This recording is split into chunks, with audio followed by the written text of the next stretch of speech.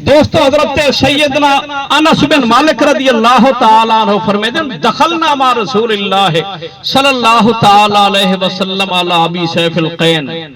فرمیدن ایک دفعہ حضور دے کٹھے اساں جو سے ابو سیف لوہار کنے کانا زیر اللہ ابراہیم او جڑا ابو سیف لوہار ہے نا او ابراہیم کو پالن والا اندے گھر ابراہیم حضور دا صاحب زادہ لخت جگر پلدا ہے انس فرمیدن جے ویلے اساں گئے سے نا فاخذ رسول اللہ ابراہیم فقبلہ وشمہ سونے نبی دی گود چنے ابراہیم پاک رکھے حضور پاکوں کو سنگ دے بھی بیٹھن تے چمے دے بھی بیٹھن سونے آقا علیہ السلام دا اے منظر بیان کرتے انس فرمیدن ثم دخلنا علیہ بعد ذالکا فرمیدن ہوں دے بعد کچھ عرصہ بعد والا حضور فرمائے آپ فرمینے ولا جلدے سے لیکن او وقت ہا وکان ابراہیم و یجود بے نفس ہی جنہ حضرت ابراہیم دا آخری وقت تھا حضور دے لخت جگر دا سرکار دے فرزند دا آخری وقت تھا جان کنی دی حالت ہے سا چلدا پیا آخری ہچکیان تے حضور تشریف گن گن نہ جڑا اٹھیں دوجی دفعہ تے سونے نبی علیہ السلام دی گود چن ابراہیم رکھے نا فجالت عینا رسول اللہ تذرفان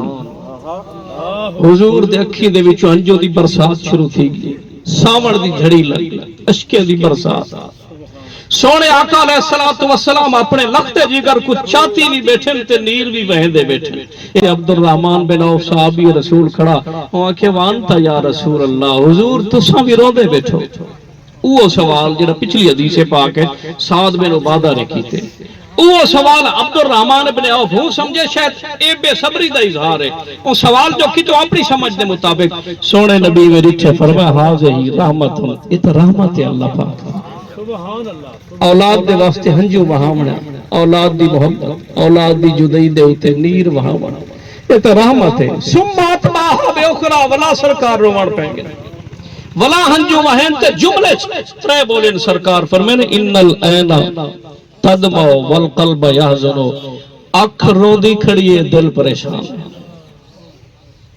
اولاد دی جدائی اکھ رو دی کھڑیے دل پریشان ہے ولا نقول الا ما يرضى ربنا زبان نہ لوگ حال کہنا کرے سو جڑی اللہ کو پسند نہ ہو اسا رب دی رضا تے راضی اسا صبر دا اظہار کرے تیکو میں کو حضور سبق دیتے جو اولاد جدا تھی وے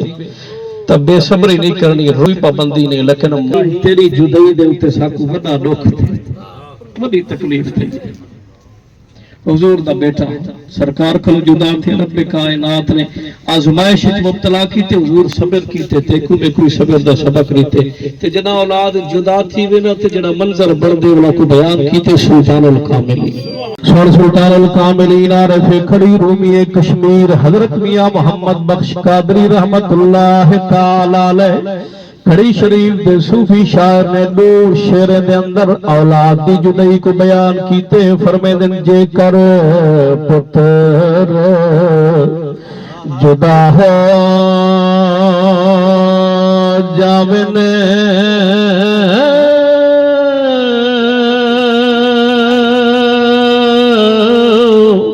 تے ماپو سبیر نہ پاون تے ایک روز